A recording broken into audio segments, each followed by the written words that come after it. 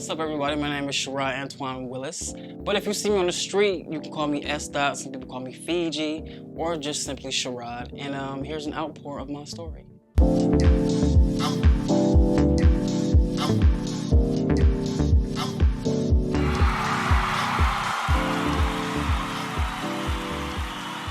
Well, my coming out story was quite interesting. So here's the thing. I met my first boyfriend back in college. I was 17, and we met around the Black Planet era. And I'm just chatting up with this dude, just kept like responding, and I'm like, okay. And then he sent me his picture. I'm like, okay, cool. And he was like, I'm in the Army. I was like, okay, well, I live such and such. Like, what's up? And he was like, I can come see you this weekend. I'm like, last. And he was like, for real, I'm gonna come. He came. I was nervous as hell, but I was staying with my mom at the time, so when he came, I had to introduce him as like somebody from school or somebody that I previously knew or whatever. We was at Golden Corral, and I was telling her, I was like, well, Mom, I'm gay, and such and such, that was my boyfriend. We've been dating for X amount of years. And she was like, stop playing with me. I was like, no, I'm serious. And she put her fork down. She excused herself from the table. And she didn't say anything to me for the rest of the day. And we stopped talking for a whole year. She don't really show like emotion like that, but this was the first time that I seen her like hurt, and it just had to be by me. And so it just made me feel like, damn, like I really let her down. Like I really hurt her feelings, but little did she, like she was hurting mine by not just connecting with me and just being so cold and, just distant. And so like when we didn't talk, like it just made me feel low. Like it just made me feel alone, hurt, sad, like I was all of these things. But the one person that I would talk to, I couldn't, because she wasn't talking to me. So like that was just a horrible time. Like I feel like everything just went left from that moment. So I was homeless. My mom kicked me out. That and I just wanted to leave because it was just, it just wasn't working. So it was a mixture of both. And so I can remember like some nights sleeping at my granddad's place, or going to the suburbs in Chicago, sleeping at my aunt's place, and a friend who I met at the dance studio. Hell, sometimes like I would just be wherever, apart, wherever, because my guy at the time, he didn't stay with me. So, it was just, but in the same city. So it was hard, and then I wasn't working, and then I still was trying to finish school and support myself and dance and just be happy, but I couldn't because I didn't have my mom. Besides coming homeless, it was, everything, like I was being careless, like I was sleeping with whomever, just being reckless, I was being rebellious. I got like HIV scare before. It was at a Pride that I went to in Chicago. And you know how they try to test you when you can get money. And I was like, well, shit, I need some money, So got tested, came back in 20 minutes, and they was like, oh, you positive. I was like, what? And I was like, hold on, I need to take that again. And it was like, yeah, you positive. I was like, come on. I'm like, whoa, okay. And so then the second test I took, it came back negative. So I was just like, okay, I'm confused. So that was that whole era. So I went to go take I went to the Cook County in Chicago, and I got like set up with like healthcare there and all of the things. And like I got tested again, it came back negative. So I don't know what happened or what triggered that for me to be positive, but it kind of scared me a little bit, and it made me like be more careful. However, when it comes down to sex, like, we gonna do what we want to do, and we want what we want, whether it's safe or unprotected, whatever. Chicago, the gay scene was cool, but I knew Atlanta was more to life. Like Atlanta, you can come be free. I heard all these things about it. Like I said, I was a dancer or in entertainment, and I knew Atlanta was the market for that. Plus, I was gay, African American, It was just the black market. It was the place to be, and I wanted to go. And I've been going there. I was coming back and forth to Atlanta, like going to prides or just taking road trips and all of the things. So when it came for an opportunity to move there, I jumped on it. Now by this time, years have went by, I got in another relationship, my second relationship, and he hated it when I went back and forth to Atlanta, but I just knew that's where I wanted to end up because of the entertainment, because it was more freely, more accepted to be homosexual down in Atlanta. Now let me take y'all back. So actually it was before I moved here. I came down here one weekend. I didn't tell anybody. Can I tell this story? Okay. This is your story. Okay. You can tell whatever you want. So, before me and my mom fell out, no, actually, this was back when me and my mom, we started speaking again and all of the things. I went to visit her Christmas. It was like a Christmas break, and I was just online in the living room, and I was like, Mom, what you think if I did porn? And she was like, boy, stop playing with me. I was like, no, for real. She was like, well, if you do it, you better be good at it and you better not quit it because once you do it, it's gonna be out there forever. I said, okay. So I went in the room, I applied for a company called Thug Seduction. I didn't know that they was gonna call me back, but they did. And it just so happened they wanted me to film my first shoot, MLK weekend. I said, what a coincidence, I'll be down there. Didn't tell anybody. So I had my friend, I lied to my friends and said, oh, I'm going, I got an interview, So they dropped me off at College Park train station. I got picked up, got dropped off at the location. I did my thing, got paid. Mind you, it wasn't a lot, by the way, but I got paid, and then that was that. The next day, video was out, I got text, and mind you, I was in a relationship. So I had to go back to Chicago and tell my nigga that I fucked up, and I cheated, and I did porn. Okay, so when people found out, you would have thought that I was like already a celebrity or something by these responses I was getting. Like I had people tell me, why did you go and do that? You too beautiful. No, you're degrading yourself. What about your boyfriend? And and I'm just like, where was all this concern and evaluations and all of the things before I did this? Because before I did this, I didn't even know half you knew I existed. So then when I started to do it, now y'all popping up out the woodworks. When it comes to my friends, the ones that was there with me that weekend, when they found out about it, they didn't really say anything to me until they left Atlanta and came home. My best friend, Fabian, he was like, bitch, get your money. Do what you do. Like, you a bad bitch. Do it. And so, that kind of made me feel good. And then the rest of them slowly but surely was like, yeah, you know what I'm saying, you grown, do what you gotta do, But they still had that doubt, like, oh my God, I'm friends with a porn star. Like, what does this do for me? Like, how did, so I didn't really care about that because it was me. Like, I love them and I care about them, but at that time, I didn't care about how this makes you look, it's about me, And I was curious and my relationship was just doing things, so I was like, bump it. And then ever since then, that's when Fiji was born, created.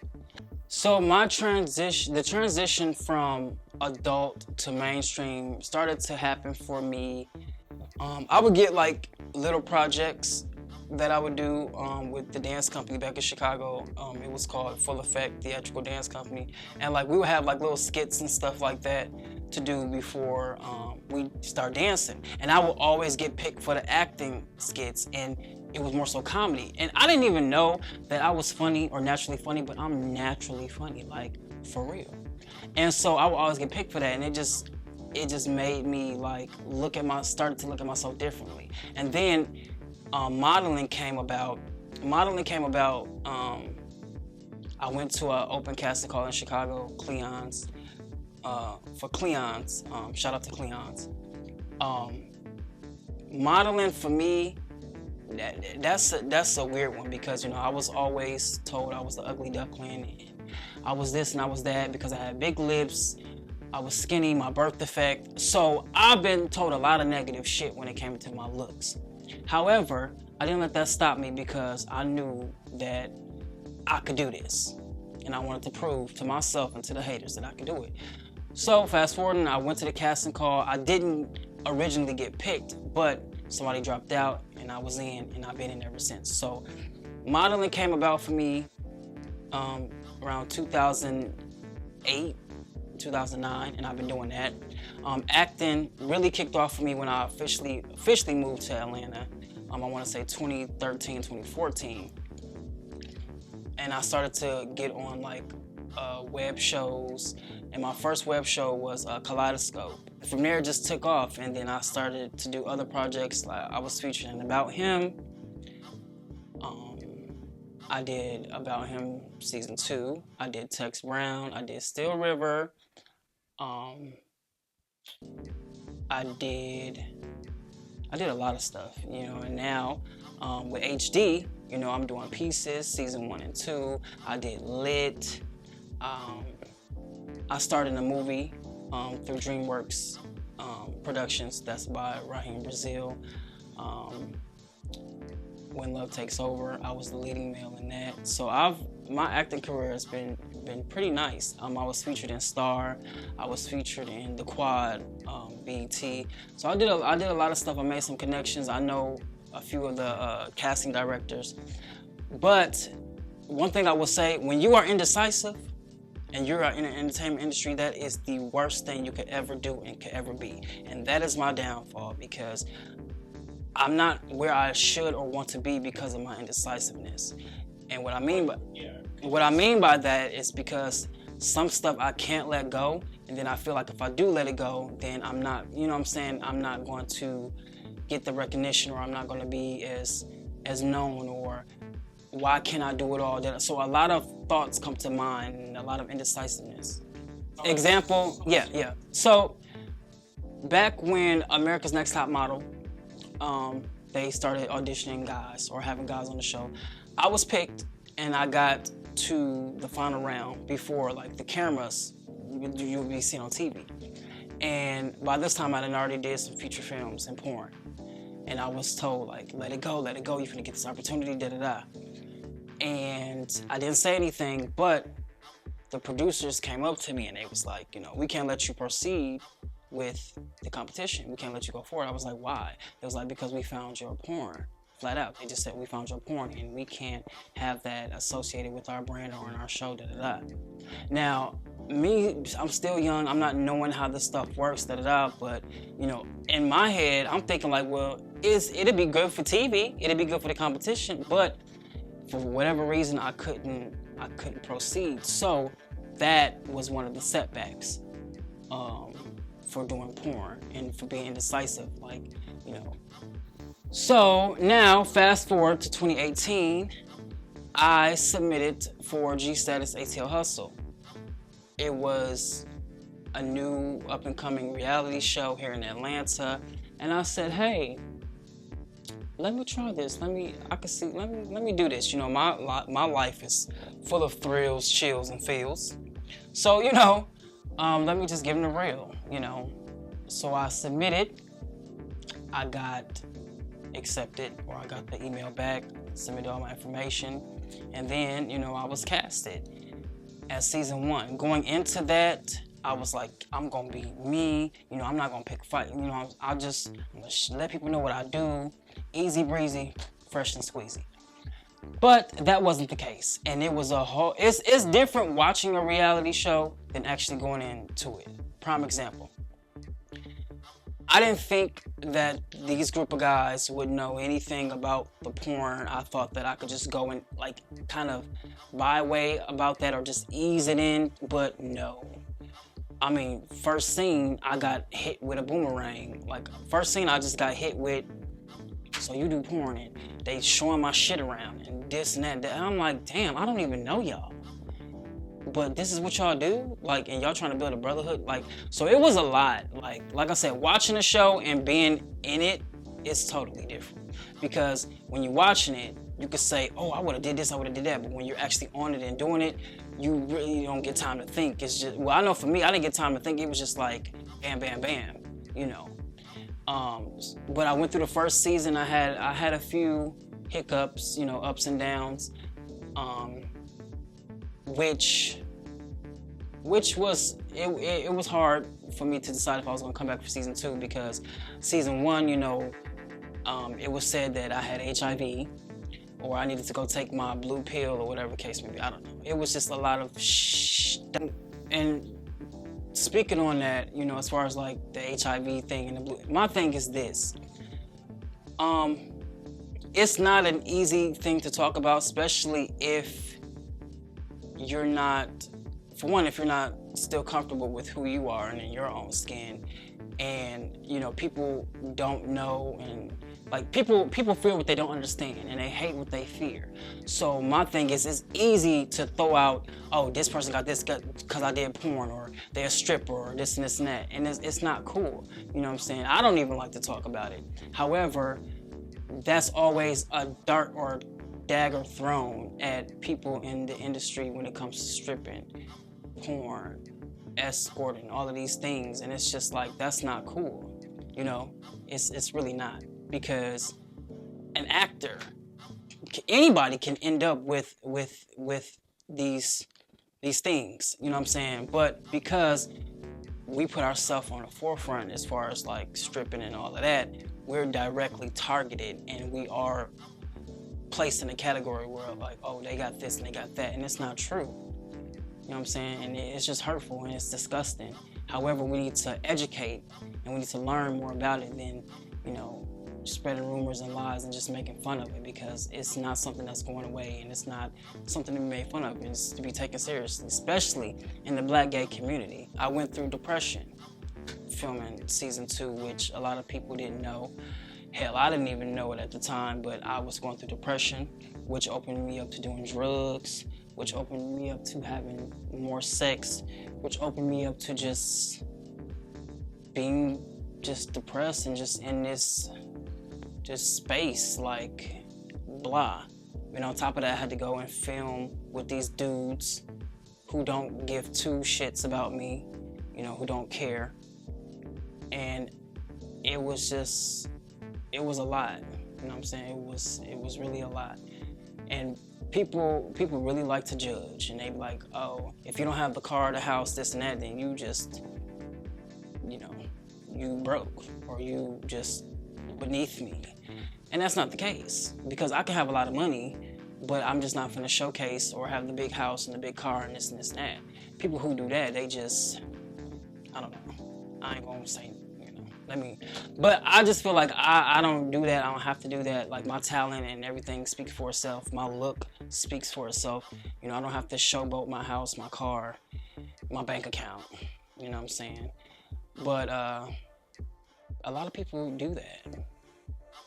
And this season, you know, it was a lot of that going on. However, I made it through, and, you know, I'm working on myself. I'm going through therapy. You know, people say Black folks don't need therapy. Yes, we do. We need Jesus and we need therapy. You know, we're not perfect. I know I'm not. And I know the drugs and stuff is really hard here in Atlanta, or just in the community, period. And I was one of those, it'll never be me. Oh, I'll never do that, or I'll never do this. Baby, I did it. And, you know, I just owned up to it. So, that was what my whole experience was like filming the reality show this past season. And, you know, I'm just getting bigger and better. Like I said, I had a movie out. I'm doing more projects, more modeling. Maybe more reality, who knows, but I'm just working on a better Sherrod Antoine Willis right now. If I could have went back in time, or to the time where I told my mom at that Golden Corral, and I would have told my younger self, I would have said, hey, young Sherrod, You know what? I really don't know what I would have told myself. Honestly, because there's no right or wrong time to come out. You know what I'm saying? So I probably would have not did it at the restaurant. But I would have just said, don't be fearful. Just be honest and be direct, and yeah, because in that moment, it was just like all over the place. So I probably would have just told myself to be more prepared, because I really wasn't. And to let my mama finish her macaroni and cheese. Alright, love that. I'm Sherrod Antoine Willis, aka S. Dot, aka Fiji. And that's my story, and I'm sticking to it.